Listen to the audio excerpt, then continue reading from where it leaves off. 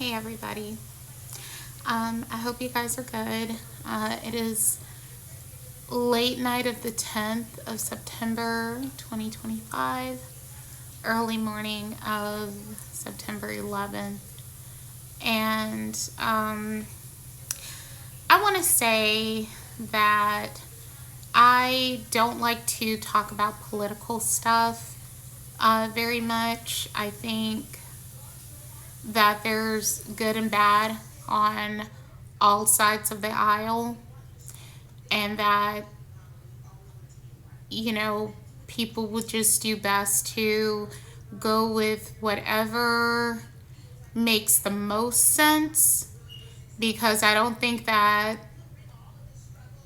any side makes perfect sense, but one side may make more sense than the other side. And yeah, okay. I've gone through different stages with politics. I have argued with people. I have gotten red in the face and angry and all that stuff, mostly when I was much younger. And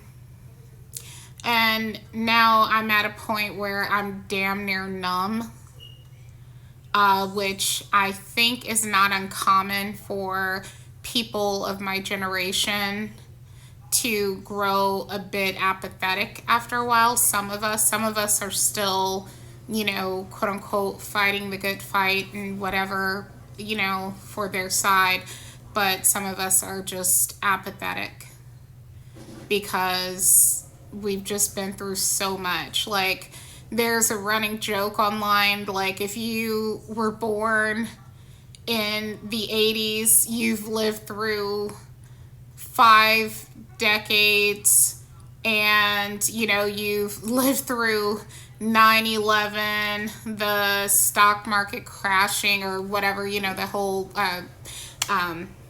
the recession, sorry, of what was that, 2008, whatever. We've been through so many crazy events, and the people before us have also been through crazy events, so it's not completely unique to my generation or anything. I did a video about nostalgia, and I was saying how I have a different relationship with the past than some other people do, where I see people say, man, I wish it was 2004 again, or I wish it was 2008 again, or something. And I'm thinking, really? Okay, because I think it's still safe to say that George W. Bush, sorry, my washer is going a little cuckoo. Anyway, I'm washing clothes. I think it's safe to say that George W. Bush was a disaster of a president. I think that's safe to say, whatever. And under his leadership, we had 9/11. And without pointing fingers at anyone except whoever is responsible for it, and I'll leave it there, but without pointing fingers at anybody other than, in other words, no matter who was in office, if that was going to happen, it was going to happen, if you understand what I'm saying, right? I get that. We're now seeing laws that were signed in way back then enacted in 2025.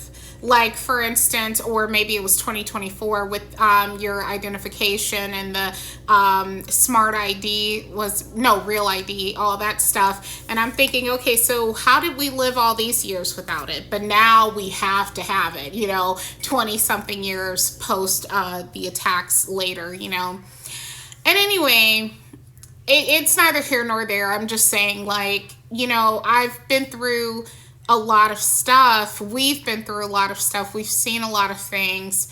And so when people talk about the early 2000s and yeah, I want to go back to that.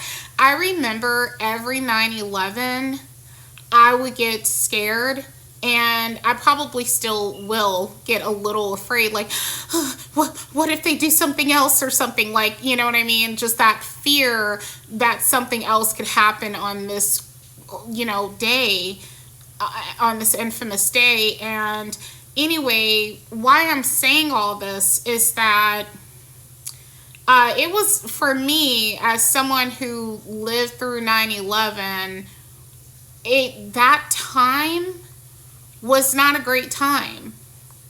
Like, if you really want to talk about the best time, and it's hard to say because I was a child back then, but the Clinton years, it was like party time. Like, it was like, woo, everything's great. But then again, I was a child. And so, for all I know, even though this doesn't seem to be the case, maybe the Clinton years for me were like the Bush years for you if you're younger than me. I don't know. I don't know, because all I know is that I was an adult during the Bush years and we were terrified. Like, we were constantly on alert. That whole, like, red alert, orange alert, yellow alert or whatever, all of that stuff was going on. It was like being in a constant blanket of fear. And I don't know. It was a dark time.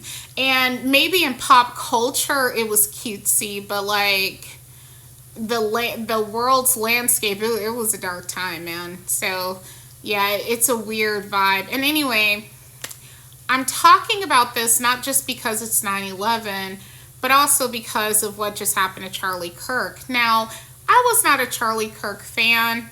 I didn't watch his content intentionally.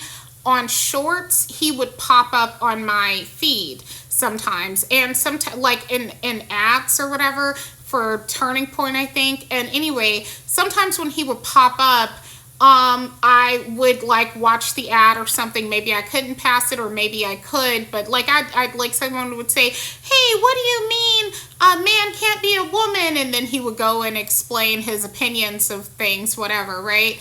And a lot of what he said was logical, common, or formerly common sense.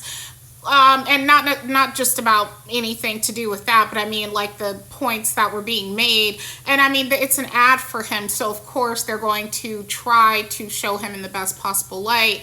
There were things though that I still heard that I did not agree with. And so, long story short, I didn't consider myself a fan of his. I didn't hate him, but I didn't consider myself a fan either.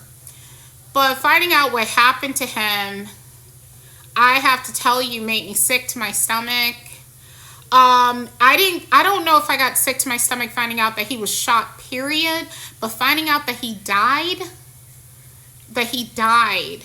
like the finality of his death made me feel sick to my stomach. And so, like, today has just been a very unsettling day, since I found out about his passing. And it made me feel like, oh, the 60s are back. And no, I wasn't alive in the 60s. But, if you've watched pop culture, media, whatever, they've talked about the 60s and, MLK and JFK and Medgar Evers and many RFK, etc. These figures were assassinated back in the 1960s. And I'm like, oh, okay, that's what people are doing. Malcolm X, that's what people are doing. Like, oh, this is what's going on. And it was a very unsettling era, from the accounts I've seen of the 60s. And, I feel like, is that what we're trying to come back to or something? And it's just very sad. It's very, very sad. And I don't know. I don't like what's going on. I don't know what my role in things are, other than just me sharing my opinion, but I just feel sad.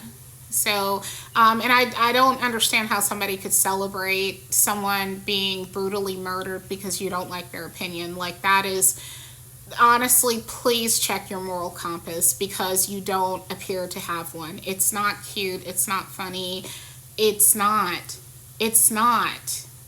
And especially if you dare to call yourself a person of faith, then that is shameful. It's just not cute. So, yeah, that's what I have to say about that. Sorry for the dark video. I don't typically like to get political, but I had that on my mind, so I thought I'd share it.